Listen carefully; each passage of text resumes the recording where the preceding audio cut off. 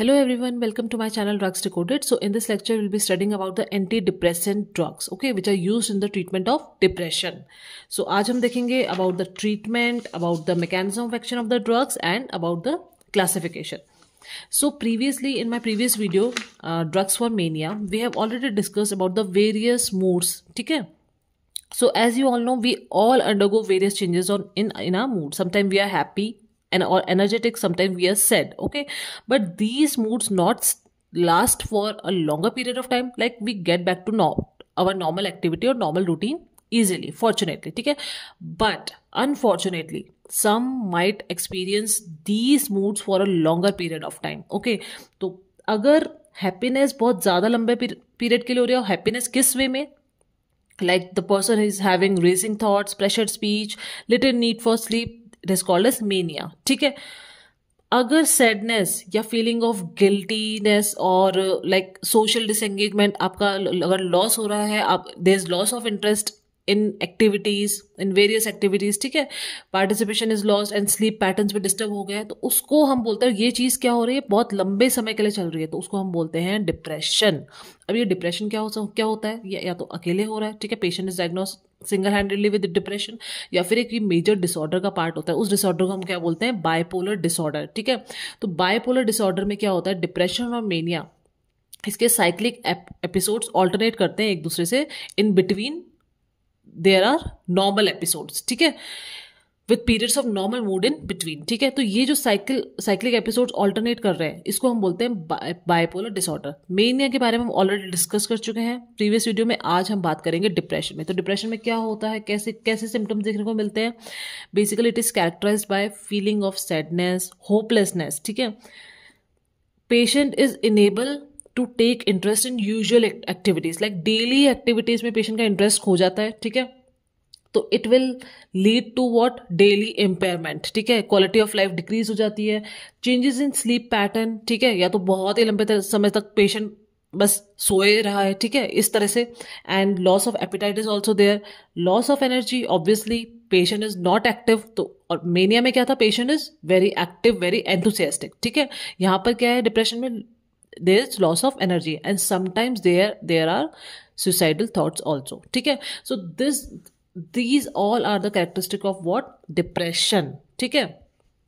So we have major depressive disorder, we call it major depressive disorder, MDD, which is clinical depression, ठीक है. It is the most disabling mental illness worldwide nowadays, like everywhere. If you can see, everyone is saying like that they are in depression, okay, but depression in reality is far more different than what people are saying, okay. So ये सब हमको देखने को मिलता है. अब हम बात करते हैं इसके ट्रीटमेंट की, ठीक है. ट्रीटमेंट में सबसे पहले मैं ये बताना चाहूंगी आपको ट्रीटमेंट में कि अगर यहाँ पर हम ट्रीटमेंट पढ़ रहे हैं डिप्रेशन का, so it is not like कि आप यहाँ पर आपने ट्रीटमेंट देखा और आप खुद से किसी को एडवाइस कर रहे हैं मेडिकेशंस, ठीक है, या फिर आप खुद से यहाँ का ट्रीटमेंट देख के आप मेडिकेशन ले रहे हैं, ठीक है. This is only for teaching purpose, ठीक है. आप ये वीडियो देख रहे हैं, आप कोई सा वीडियो देख रहे हैं यूट्यूब पे, कभी भी कोई भी मेडिकेशंस, जो भी मेडिकेशंस है, लाइक जो भी हम यहाँ पे वीडियो में बताते हैं आपको, ये आपको खुद से प्रिस्क्राइब नहीं करनी है, ठीक है. This is only for your lecture और only for your knowledge basis, ठीक है. दूसरी बात, ये क्वेश्चन लॉन्ग क्वेश्चन के फॉर्म में आता है एग्जाम में, ठीक है. इसमें शॉर्ट नोट भी बहुत सारे होते हैं और प्री पीजी एमसीक्यू के लिए भी ये बहुत बहुत इंपॉर्टेंट है, ओके. सो स्टार्ट करते हैं ट्रीटमेंट. अब देखो, ट्रीटमेंट में सबसे पहले हम बात करेंगे लेटेस्ट रिसर्च. अभी जो रिसर्च हुई है उसमें क्या निकल के सामने आया है कि depression is associated with decrease levels of BDNF, मतलब ब्रेन डिराइव्ड न्यूरोट्रॉफिक फैक्टर क्या हो जाता है, डिक्रीज हो जाता है. और ये फैक्टर किसके लिए इंपॉर्टेंट है, it is very important for regulation of neural plasticity and neurogenesis, ठीक है. तो डिप्रेशन में क्या हो रहा है, इसका BDNF का लेवल डिक्रीज हो गया है, ठीक है. अब क्या कर सकते हो आप, या तो आप क्या कर दो, inhibit the metabolism of BDNF by inhibiting the enzyme GSK3. और इसको इनहिबिट कौन करता है, लिथियम. ये हमने प्रीवियस वीडियो में देख चुके हैं, ठीक है. जो ये GSK3 एंजाइम है, ठीक है, GSK3 को अगर आप इनहिबिट कर दोगे, क्योंकि इसका फंक्शन क्या होता है, इसका जो एबनॉर्मल एक्टिविटी क्या होती है, अगर इसकी एबनॉर्मल एक्टिविटी हो गई तो क्या it can lead to bipolar disorder और डिप्रेशन, ठीक है। GSK3 एंजाइम को आपको क्या करना है, इनहिबिट करना है, ओके। तो अगर आपने ये इनहिबिट कर दिया एंजाइम तो मेटाबॉलिज्म भी क्या होगा, BDNF का इनहिबिट हो जाएगा। और जबकि BDNF हमको क्या चाहिए, एज इट इज चाहिए, क्योंकि BDNF is very important for regulation of neural plasticity, ठीक है। और इसको कौन करता है, जो ड्रग मेन रोल है इसका वो है लिथियम। या फिर आप क्या करो, chronic activation of monoamine receptors 5-HTN nor adrenaline receptors bye anti depressant. ये क्या करेगा, BDNF का ट्रांसक्रिप्शन को क्या करेगा, इंक्रीज कर देगा, ठीक है। जो मोनोअमीन रिसेप्टर्स हैं इनका क्रोनिक एक्टिवेशन करवा दो आप बाय गिविंग एंटी डिप्रेसेंट्स, और इससे क्या होगा, ट्रांसक्रिप्शन इंक्रीज हो जाएगा, ठीक है। आगे देखते हैं, सेकेंड हाइपोथेसिस है मोनोअमीन हाइपोथेसिस। तो this was all about the latest research. अब आती है ये hypothesis, monoamine hypothesis. This is the best hypothesis till date, ठीक है, मोस्ट एक्सेप्टेड है। ये हाइपोथेसिस बोलती है कि डिप्रेशन क्यों होता है, क्योंकि there is decrease monoaminergic activity in brain. मतलब कुल मिला के इस पूरे चैप्टर का जो कंक्लूजन है वो क्या है कि ब्रेन में मोनोअमीनर्जिक एक्टिविटी जो है वो कम हो गई है। मतलब सेरोटोनिन 5-HT, नॉर एड्रेनालिन और डोपामीन, मोनोअमीन्स का लेवल क्या हो गया है, ब्रेन में कम हो गया है। तो आपको क्या करना है, इसका ट्रीटमेंट क्या होगा डिप्रेशन का, आपको इनके लेवल बढ़ाने हैं, आपको इनके लेवल इंक्रीज करने हैं। सिर्फ ये कुल मिला के इस चैप्टर का कंक्लूजन है। तो इनके लेवल कम होने से क्या होता है, डिप्रेशन। तो जो ड्रग्स इंक्रीज करेगी इनकी एक्टिविटी, मतलब इनका लेवल को इंक्रीज करेगी, उनको हम क्या बोलते हैं, टिपिकल एंटी डिप्रेसेंट्स। और जो ड्रग्स दूसरे मैकेनिज्म के अकॉर्डिंग एक्ट करेगी उनको हम क्या बोलते हैं, एटिपिकल एंटी डिप्रेसेंट्स। तो ये इसका क्लासिफिकेशन है, ठीक है। तो ओवरव्यू अगर हम देखें कि डिप्रेशन क्यों हो रहा है और इसका ट्रीटमेंट क्या हो सकता है, तो बेसिकली हमें BDNF जो है वो एक प्रॉपर अमाउंट में ब्रेन में चाहिए, मतलब इसका डिग्रेडेशन नहीं होना चाहिए, ठीक है।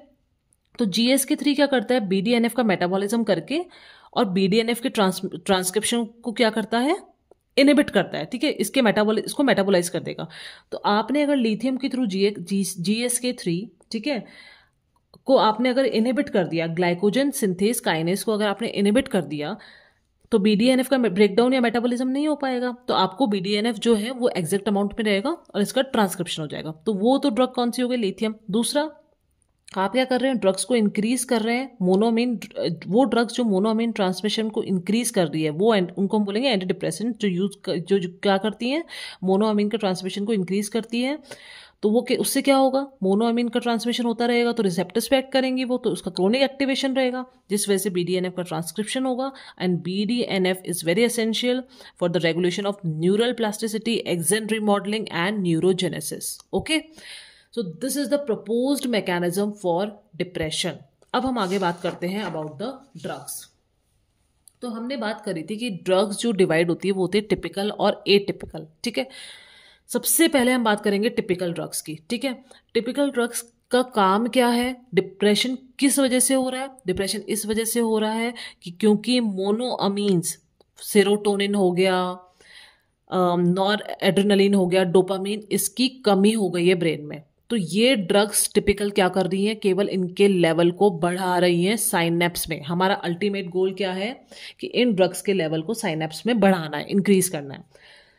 तो ये तो है नॉर एड्रेनर्जिक न्यूरॉन, ये है सीरोटोनर्जिक न्यूरॉन, ठीक है। हम नॉर एड्रेनर्जिक की बात करते हैं। तो सबसे पहले हम नॉर्मल बात करेंगे कि होता क्या है।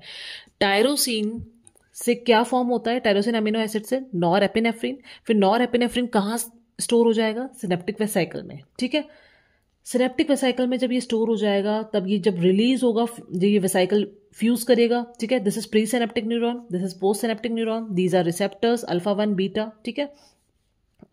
जैसे ही ये इसमें सिनेप्टिक वेसाइकल में norepinephrine neurotransmitter monoamines store हो गए, ठीक है। तो ये क्या होता है, कुछ तो ये क्या होता है, एक एंजाइम होता है, उसके थ्रू अगर ये पास करते हैं तो ये न्यूरॉन में ही क्या होते हैं, डिग्रेड हो जाते हैं, मेटाबोलाइज हो जाते हैं, ठीक है।